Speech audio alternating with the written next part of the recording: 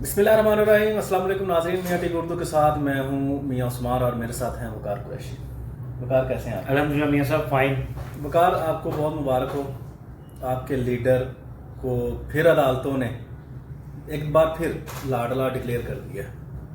Super لاڈلا جی, super لاڈلا. اچھا میاں صاحب, ہمیں پاکستان کی عدلیہ نے نا قابل احترام ہے ہمارے لیے. انہوں نے کبھی مایوس نہیں کیا اور انہوں نے کبھی بور بھی نہیں ہونے دیا پاکستان کی عوام کو. ایک طرف نواز شریف نااہل, عمران خان اقتدار میں, دوسری طرف عمران خان نااہل, نواز شریف دوبارہ اقتدار میں آنے کی ٹرائی کر رہے ہیں.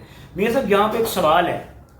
نواز شریف کا ہم نے بیان دیکھا, انہوں نے کہا کہ میں نے معاملہ اللہ پر چھوڑا تھا اور یہ معاملہ اللہ پر چھوڑنے کا مجھے حاصل یہ ہوا کہ میں سرخرو ہو گیا.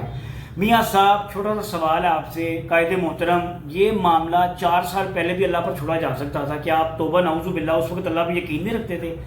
آپ کو گارنٹی دی گئی, آپ کو تمام چیزیں کلیئر کر کے دکھائی گئیں کہ آپ پاکستان واپس آئیے, آپ کے کیسز ختم کریں گے. اور میاں صاحب یہ آپ کے ٹی وی چینل کے توسط سے میں ایک چیز بتا دوں آپ کو, انتخابات جب بھی ہوں گے نا, اس ملک کے وزیر اعظم بنیں گے میاں محمد نواز شریف.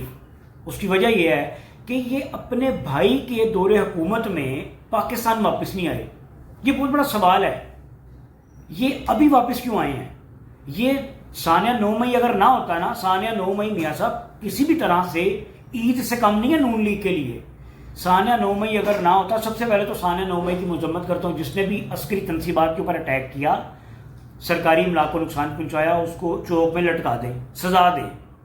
اچھا جی, بہت بڑا سانحہ ہے جی, بہت بڑا سانحہ ہے. یہ سکوت ڈھاکہ کے بعد دوسرا بڑا سانحہ جو ہے نا, ایسا ہی ہے. سانحہ 9 مئی. اور وہ آپ وہ بات کر رہے تھے نا کہ معاملہ اللہ پہ چھوڑتا ہوں, وہ ہمارے بزرگ گئے ایک دفعہ کسی ایک جگہ پہ, وہ امام مسجد تھے جو کہ تو تقریر کرنے گئے, تو انہوں نے دیکھا کہ عشاء کی نماز میں نا مسجد بھری ہوئی ہے ساری, ماشاءاللہ, ٹھیک ہے. اور جب صبح دیکھا تو صبح کوئی بہت چند ایک لوگ تھے, تو انہوں نے امام مسجد سے پوچھا کیا, کہتے ہیں جی سارا گاؤں جو ہے نا وہ زیادہ تر ان میں ہے چوری چکاری کرنے والے, تو عشاء میں وہ نماز پڑھتے ہیں, اللہ سے دعا مانگتے ہیں, معاملہ اللہ کے سپرد کرتے ہیں اور چوری کرنے چلے جاتے ہیں.